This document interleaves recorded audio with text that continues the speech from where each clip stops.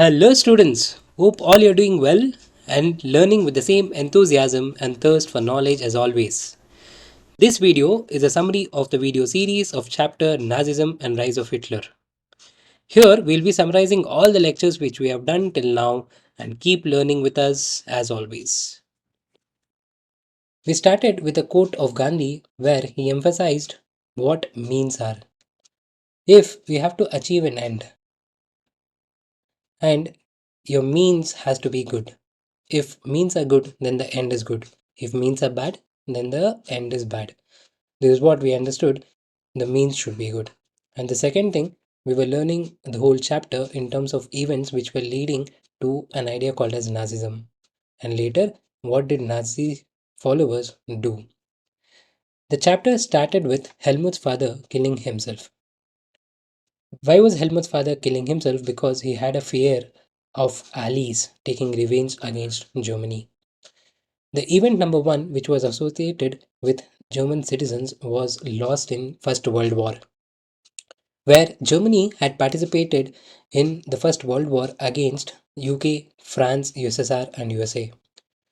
But eventually, Germany lost the war and also the dignity which they had. Monarch of Germany had left Germany without any political representation. Now, to restore the dignity, German citizens had, in hope of respite, choose democracy as their political representation. Eventually, birth of Weimar Republic was formed on the basis of socialism. German parliament or Reichstag was formed.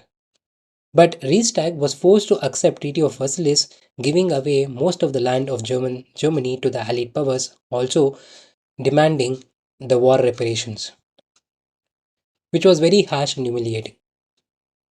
Apart from that, it was not solving the problem of German citizens that which the respite which they asked for. Hence, whoever represented the German citizens in the democracy, they were called as November criminals. There was only one solution for this, that is to eliminate Reichstag. And the opposition to the democratic government came from Spartacist League. This Spartacist League was based on communism, which was nearly equal to socialism, but there was a slight difference. In socialism, the resources are shared amongst the people who are giving more to the society. But in communism, the resources are shared to the people who are needing more in the society. And Spartacist League was based on the objective of social equality and it also opposed war. Eventually, Spartacist League formed Communist Party of Germany. The German citizens were looking for some kind of dictatorship because the democratic government which they had elected was not solving their cause. The next event which happened in German citizens' life was in 1923, that was the economic crisis. The war reparations which were to be paid to the Allied powers were to be paid in gold, but the gold was started depleting. French occupied leading industrial area of Ruhr to exchange of gold. Once they occupied the industrial area, German citizens lost their jobs. Looking at the plight of Germans, Americans tried to help Germany, but eventually they also fall trap to a Wall Street exchange collapse. When they fell trap to Wall Street exchange collapse in 1929, they could not help Germany anymore. Hence, without gold, Germany started printing more money, but it led to a blunder of inflation. The employers were in a fear of proletarianization, and the only solution was to provide employment. Who is going to give this employment? Who is going to eliminate Reichstag? And who is going to restore this dignity? All this were the questions which were running in the German citizens' mind. And the event 4 was the defects in Constitution of Weimar Republic, where there was only proportional representation with no majority solving the utilitarian cause. The second reason was Article 48, which gave the president the power to impose emergency and which suspended civil rights and rule by decree, which was against the principles of democracy. In the same period of time, with the associated events, there was one person who was looking closely what is happening. That was Hitler, who was born in 1889. During the war, he was in the army and he served the army as a corporal. In 1919, when Germany took up a democratic republic, as their political representation. Hitler joined German's Worker Party. Later, he took over German's Worker Party and renamed it as National Socialist German Workers' Party, that was Nazi Party. Being the principal of socialist, Hitler was against communist. What were the two reasons why Hitler was against communists is they advocated resources to be distributed to the needy, and the second was they did not want war. But Hitler, who lost the war fighting for Germany, wanted to take back his revenge against France, against UK, against USSR, as well as USA. Now, the second event which was linking in Hitler is the economic crisis, which was happening in 1923. The same event is giving problem to Hitler. Now, once losing the war, Hitler is already hurt, and with so much of unemployment around him, he is not able to keep quiet, and hence he planned to take over the whole government by attacking the democracy, by attacking the Reichstag, by attacking the parliament itself. And hence, he planned to seize the control of Bavaria and then seize Berlin. But he was arrested later on the charges of treason. Why? Because the means which he is using to gain power is against the democratic principles of Germany. He got 5 years of jail, and later, after when he came out in 1928 from the jail, he said, I will take part in the democracy and I'll come into the government. Eventually, Nazi party did not get more than 2.6 percentage of votes in the Reichstag or the parliament. Now, let us understand why will anybody vote to a person who goes against the principles of democracy in a democratic government? So that is the reason nobody voted. In the sense, very few people voted to Hitler. But Hitler's good luck changed in 1929 because of the Wall Street Exchange, which was collapsed in America. Germany was leading into more inflationary problems and unemployment was increasing. Now, the German citizens have no jobs, and the government is not helping the German citizens. Even though they're trying to help, they're not able to help because given the economic condition. So, Nazi Party took up this as their manifesto, and in their utilitarian principle, they started assuring that they will give employment as well as living spaces. Now, we have to understand who does not want employment. Everybody needs a good job, everybody needs a good home to live their life. Eventually, the Nazi Party used mass mobilization techniques and they showed Hitler as a god. And red banners with swastika and the Nazi salutes, the ritualized rounds of applause, all were part of his spectacle powers. And he had his own ministry that was propaganda ministry. In 1933, when he came into power, see, he is having 37% of votes. Nobody can ignore it. So President Hindenburg offered him a chancellorship in the government, which was the highest position after the president. But what did Hitler want? Hitler wanted to take over the government. So there was a mysterious fire which happened in the parliament building. Using the fire decree, that is the fire law, on 28th of February 1933, he indefinitely suspended the civic rights like freedom of speech, press, assembly that had been guaranteed by Weimar Constitution. Later, he gave an enabling act which established dictatorship in Germany. When the dictatorship has been established, they had to control they had to control whoever opposed the war. Hence, he wanted force. So, security forces were created. Apart from that, Gestapo secret service polices were created, and he gave power for them to rule with impunity. Also, he established concentration camps to eliminate whoever were weak and opposing the war. And the name which was given to it was anti Semitism because he hated Jews. Other challenge for Hitler once after coming to power was revival of economy. He had two options. One is to improve the infrastructure and create more jobs.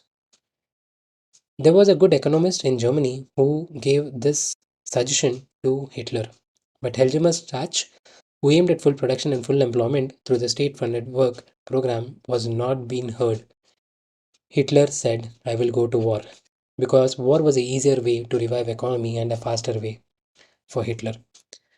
And also, By, if at all, if Hitler wins the war, what would happen?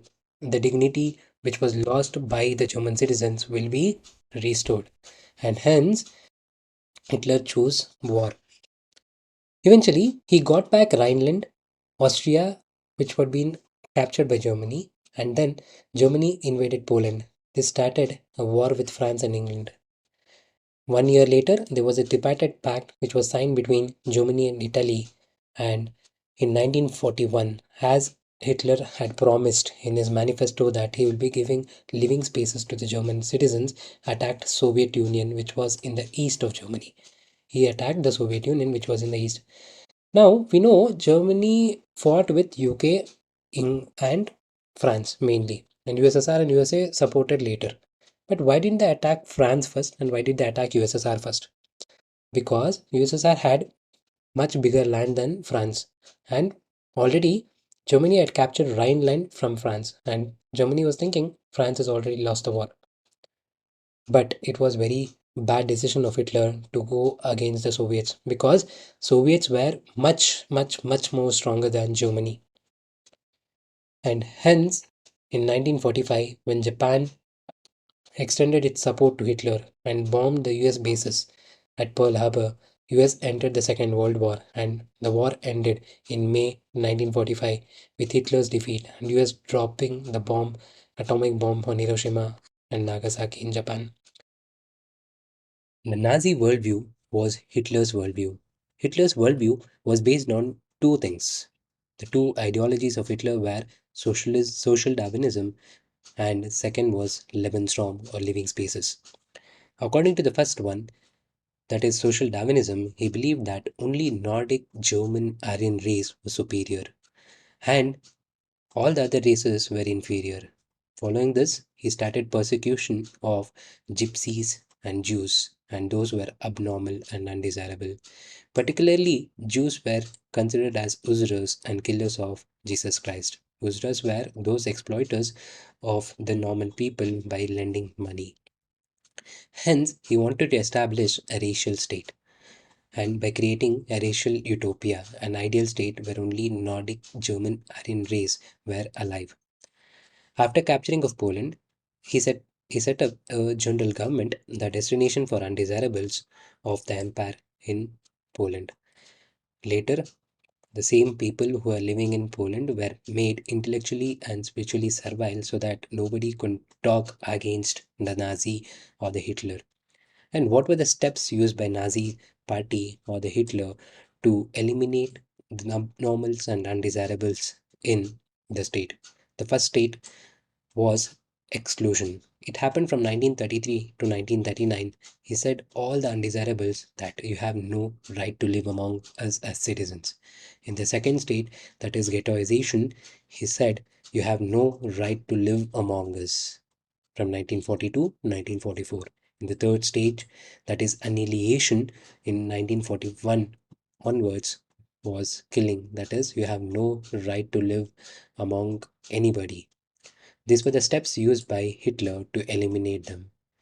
How did one person do all this? It could not be done by one person. It needs a group of people to do this, right? So, the change in culture and education was brought to sustain the society on the principles of social Darwinism and complete establishment of Nazi state. Hence, Hitler's Nazi party started targeting youth. When youths joined Jungwalk till 14th year, they were there in Jungwalk and later boys and girls were separated. Hitler believed the Nazi youth, that is the boys, were they learned worshipping war, glorifying aggression, violence, and condemning democracy. And they started hating Jews and communists and gypsies and those all as categorized as undesirables. Later, then when they were 18-year-old, they were joining armed forces and enter one of the Nazis' organization. What did girls do? Girls were told that they had to become good mothers and rear pure-blooded Aryan children. To encourage women and produce more children, honor crosses were awarded. That is, when a woman has 4 children, she would have given bronze cross. If she has 6 then silver. If she has eight or more, then a gold cross would be given to her. And it was also criminal offense to have relationship with other Russians, Jews, and Poles. How did Hitler's Nazi party persuade people of Germany to follow Hitler's idea and Nazism, especially eliminating Jews and Gypsies, and how to give education to the children? Nazi party was very deceptive in their words. They used language and media with utmost care. They never used word skill or murder in their official communications, and mass killing was termed as special treatment and final solution for the Jews, and euthanasia for disabled, and selection of disinfection, meaning deporting people to the gas chambers, that is the disinfection area. So look at how Nazi Germany and Nazi parties using words to their effect. Later, how did common people of Germany, that is the normal citizens of Germany, react to this atrocities which were happening against their own friends, their own relatives, right? But not every German was a Nazi. The large majority of Germans, however, were passive onlookers and apathetic witnesses. In a book, Third Reach of Dream, Charlotte Badat, she describes how Jews themselves began believing in Nazi stereotypes about them, meaning Jews themselves are believing that they are not worth living because of the propaganda where Hitler is creating. How did we get to know about all this? Did German government give us all the data about what they have done? They would normally don't do that, right? If anybody is doing wrong, they would try to hide it. Then how did we get to know about the Holocaust? We got to know about the Holocaust because of the fictions, memoirs, documentaries, poetries, memories, museums in many parts of the world. And these are the tributes to those who resisted it, and an embarrassing reminder to those who collaborated, and a warning to those who watched it in silence. Coming to the last part, what did we learn from this particular chapter? The first one is danger of totalitarianism. Now, how we understand how if we give power and if we believe in one person, how a dissent and individual freedoms can be taken out. The second one was propaganda and manipulation. How Nazis regime effectively used propaganda to manipulate public opinion. That is what we learn from here. And consequences of discrimination and racism. How Hitler's Nazi party started discriminating Jews and prosecuting them. Later, we saw how human rights and international law can create a party called as Nazism, and how wars can make atrocities and what all things would happen against it. Later, we saw what are the importances of checks and balances. In Rise of Hitler, it was the dangers of unchecked power. That was Article 48, which we were talking about. And apart from that, there was no majority government which was forming the government in Hitler's Germany.